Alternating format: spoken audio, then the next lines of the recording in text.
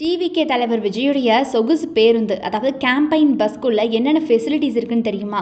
So இந்த பஸ்ஸை வச்சு தான் பார்த்தீங்கன்னா, இப்போ ஏகப்பட்ட பிரச்சனை போயிட்டுருக்கு. அது உங்க எல்லாருக்கும் கண்டிப்பாக தெரிஞ்சிருக்கும். பிரபல நிறுவனத்துக்கிட்ட இன்ஜின் மற்றும் சேஸை வாங்கி சென்னையில் இருக்கக்கூடிய பிரபல நிறுவனத்துக்கிட்ட அதனுடைய கட்டுமானத்தை முடிக்கும் பொறுப்பு கொடுத்துருக்கிறது தமிழக வெற்றி கழகம். அதாவது இந்த பஸ்க்காகவே நவீன லிஃப்ட் இதில் இருக்குது, அது போக ஓய்வறை இருக்குது, கழிப்பறை இருக்குது, சின்னதாக கிச்சன் கூட இருக்குது, அது போக பெட்ரூம் இருக்குது, சோஃபா, மினி தியேட்டர், இது மாதிரி ஏகப்பட்ட வசதிகளோட இந்த பேருந்து வந்து உருவாக்கப்பட்டிருக்கு. ரொம்ப லாங் டிஸ்டன்ஸில் ட்ராவல் பண்ணுறதுக்கு விஜய்க்கு பார்த்தீங்கன்னா இந்த பஸ் தான் ரொம்ப ஃபெசிலிட்டியாக இருக்குது அப்படின்னு சொல்லப்படுது. அது மட்டும் கிடையாது, ஆல்ரெடி தளபதி விஜய் பயன்படுத்திட்டு வந்த கேரவன்களை விட ரொம்ப நீண்ட தூரமாக பயணத்தை சமாளிக்கும் வகையில் தான் இந்த பஸ்ஸை வந்து செட் பண்ணியிருக்காங்க. ஸோ இதுக்கு பார்த்தீங்கன்னா சஸ்பென்ஷன் உள்ளிட்ட பல்விதமான சிறப்பம்சங்களோட இந்த பேருந்து வடிவமைக்கப்பட்டிருக்கு இதுக்காகவே. அது மட்டும் கிடையாது, இந்த நிலைமையில் விபத்து ஏற்படுத்தின இந்த பஸ்ஸை தான் இப்போ ஹிட் அண்ட் ரன் வழக்கில் பறிமுதல் செய்ய சொல்லியிருக்கு உயர்நீதிமன்றம்.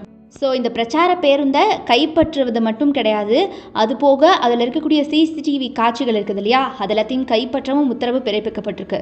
இதனால் வழக்கு பதிவு செஞ்சு தாவேகாவுடைய பணியூர் அலுவலகத்தில் இருக்கக்கூடிய பிரச்சார பேருந்தை பறிமுதல் செய்ய போலீஸார் திட்டமிட்டு வராங்க அப்படிங்கிற மாதிரி தகவல் வெளியாயிருக்கு. இதை நீங்கள் எப்படி பார்க்குறீங்க? உங்களுடைய கண்ணோட்டம் என்ன மக்களே?